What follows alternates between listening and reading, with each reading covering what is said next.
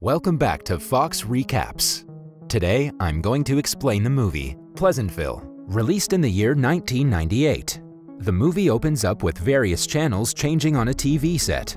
Finally, the changing stops at a channel which is advertising a trivia contest that's going to be held for the black and white TV show called Pleasantville. The advertisement also mentions that the contest will be held on Friday, and whoever wins will be awarded with $1,000. In the following scene, we're introduced to one of the main characters of the movie, a young boy named David. He's currently in high school and spends most of his time watching television. He is socially awkward and has a hard time speaking with girls and making new friends.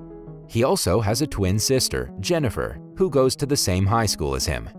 Unlike David, Jennifer is one of the popular students at school who does not care about her studies and is more conscious about her appearance.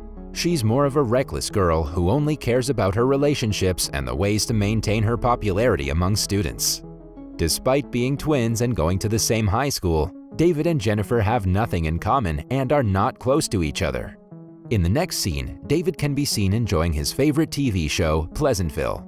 He is a freak for the show and can spend hours watching it. Pleasantville is a sitcom set in the 1950s, which describes an idyllic Parker family. The show is broadcasted in black and white to portray the message of equality and respect. The Parker family of Pleasantville includes the father, George, the mother, Betty, and their children, Mary Sue and Bud. As David spends most of his time watching Pleasantville, he knows about every character and plot of the show. He can even recite the dialogues of numerous episodes. Compared to the idyllic Parker family, David's family is dysfunctional. His parents are already divorced, and his mom likes to spend her time outside with her younger boyfriend.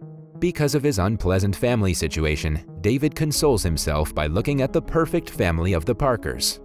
He also plans to take part in the trivia contest about Pleasantville and wishes to win the prize money of $1,000.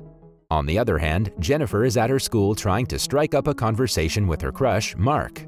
She approaches him and asks him to come over to her place to spend the night, informing him that her mother won't be home. At night, David notices his mother leaving and prepares himself for the Pleasantville trivia contest. Right then, Jennifer also comes downstairs, and the two start snatching the TV remote, arguing with each other about who's going to use it to watch their favorite show. During the tussle, David pulls the remote hard and accidentally smashes it against the wall. Both of them are devastated as the TV cannot be operated without the remote. At the same time, someone rings the doorbell. Jennifer, assuming that it's Mark, gets excited and approaches the door. Unfortunately, there's an old man at the doorstep, claiming to be a TV repairman. Despite being suspicious about the elderly man arriving within a few seconds of damaging the remote, they have no other choice than letting him in. Shortly after, the old man starts asking questions about Pleasantville to David, and luckily, he answers all of them correctly. Impressed with his performance, the old man takes out a strange-looking retro-styled remote and hands it to the duo. The old repairman then leaves the house without taking any fee for the remote. As soon as he leaves, David and Jennifer start fighting for the remote again. During their fight, they accidentally press a button on the remote. Suddenly, they are transported inside the TV, into the living room of the Pleasantville's Parker family. Both of them freak out to see everything black and white around them and to find themselves dressed in the clothes of the 50s. Just then, the old repairman appears on the Parkers' TV and informs them that they're in Pleasantville, characterized as Bud and Mary Sue. David pleads with the old man to let them out, but the latter forces them to stay there. He further tells them that Pleasantville is much better and ideal than the world they used to live in.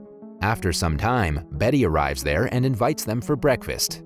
Jennifer gets shocked to see a lot of food on the table and exclaims that she is not hungry. Despite this, Betty makes her sit on the chair and finish her part of the food. In the next scene, the duo move out of the house and begin exploring the town. Jennifer finds everything awkward, but as David is very familiar with the show, he adapts himself very quickly. Meanwhile, a fire truck arrives there, and as there's no introduction of fire in the show, they just rescue a cat from a tree and drive away. Shortly after, Mary Sue's love interest, Martin, drives by and greets Jennifer. Seeing the dashing Martin, she forgets all her miseries and becomes hopeful. Later, David and Jennifer arrive at their school, where David gives her some knowledge about her friends from afar and suggests she stay in character. Later, Jenny sits in her class while David goes to practice some basketball with the team.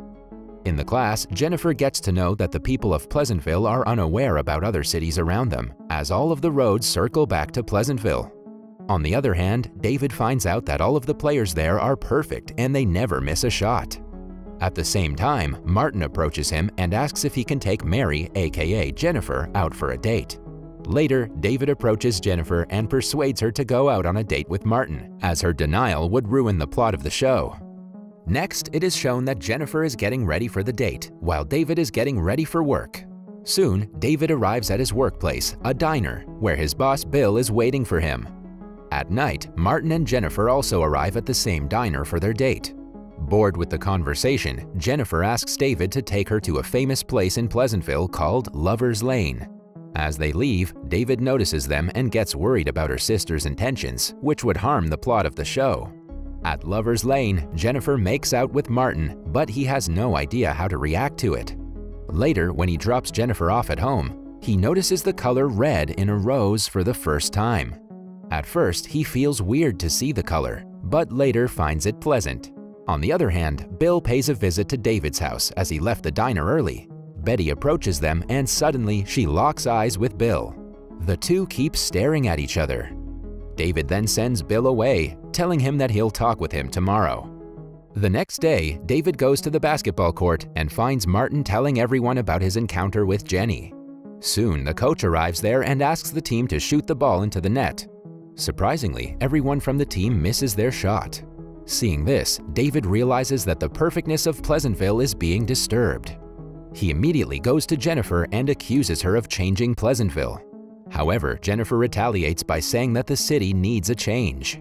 After that, more people in Pleasantville start seeing colors, and the couples in Lover's Lane also start making out rather than just sitting idle and holding hands. Awestruck by Betty's beauty, Bill starts having second thoughts about owning a diner. He reveals that he likes painting rather than working in a diner. David tries to console him, but fails. At home, Betty inquires with Jennifer about the activities the couples do in Lover's Lane. Jennifer indirectly explains to her mother about the ways of making love. Later, while Betty is in the bathroom, she begins pleasuring herself, and as much as she enjoys the act, she starts seeing more colors. When Betty reaches the peak of her excitement, a tree outside the house catches fire. Firefighters arrive there, but they have no idea about how to put out the fire, as it never existed before. Fortunately, David teaches them how to use their equipment and put out the fire on time. Because of this, he is awarded with a Medal of Bravery by the mayor. Following the award ceremony, David is approached by one of his classmates, Margaret, who offers him cookies. Afterwards, David arrives at work where he finds a number of teenagers waiting for him to share the source from where he got knowledge about the fire. David introduces them to literature and urges them to read as many books as they can to gather a variety of knowledge. After this, more youngsters start visiting the library and reading books, resulting in introducing more colors to Pleasantville. Elsewhere, the fathers of the town, led by the mayor Bob, take the changes as a negative thing and plan to do something about it. In the next scene, the mayor visits George and makes him join the group of founding fathers to implement strict rules against changing colors in Pleasantville. George gets excited and calls Betty to meet the mayor, but the latter gives no reply. Later, David finds Betty crying in the kitchen over her colorful face. He then puts some black and white makeup on her and makes her like others. Later, David picks up a painting book from the library and brings it to Bill. Following this, David asks Margaret to go out with him and she agrees. David gets extremely delighted as it's his first time going out with a girl. Surprisingly, when David returns home, he finds the old repairman on the TV. The old man accuses David for changing the show's plot and offers his normal life back. However, David, who is now finally happy with his new life, refuses to go back and instead turns off the TV. Next, David takes Margaret to Lover's Lane and becomes happy to see the place all colorful. When it rains there, everyone starts panicking as they're not familiar with it. But soon, the couples find the rain soothing and enjoy it. On the other hand, Betty also steps out of the house and walks around the streets of Pleasantville. She notices a beautiful painting outside of Bill's diner and enters inside to find him painting another. While the two converse, Bill notices that Betty has applied makeup over her colorful face. He elegantly starts wiping off the colors and tells her that she looks beautiful in colors. Meanwhile, opposite to her real-life character, Jennifer has started liking studies. Now she gives less importance to her looks and even refuses Martin's proposal to go out on a date. In the next scene, George returns home from work and calls out for Betty. When he gets no answer, he checks the kitchen and finds that Betty has not prepared food for him. Enraged, he calls an emergency meeting with the Founding Fathers. There, they discuss how they can regain control over their freedom-seeking wives and chromatic children. The next day, when Betty returns home, George tries to make her come to the town meeting with him, but she refuses. Surprisingly, she rather suggests him to make his own food and walks away. This shocks George, as he's never been denied by his wife before. At the town meeting, the colorless people urge the mayor to ban the colored ones. At the same time, the black and white people find Bill's nude painting of Betty controversial and destroy his diner. The mayor also announces the ban of reading books, using colors, and playing loud music. Later, David, Betty, and other colored people come to Bill's diner and help him clean the mess. After that, David stands against the rules passed by the mayor and assures the colored ones that they will get their freedom.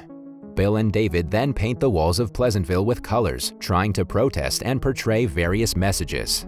Unfortunately, both of them get arrested for the violation of the new rules. In the next scene, David and Bill are presented at court, where they give a compelling speech about freedom and inequality, touching everyone's heart. This turns everyone colorful, including the mayor, who is left in disbelief.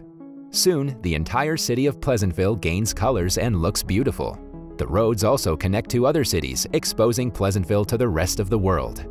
After everything becomes colorful, David bids Betty farewell and returns home with the remote control, vowing to come back frequently. Jennifer, on the other hand, chooses to remain in Pleasantville. When David returns to his world, he discovers his mother sobbing, upset over her life and her failed relationship. David tries to console his mother, telling her that nothing is perfect in the world.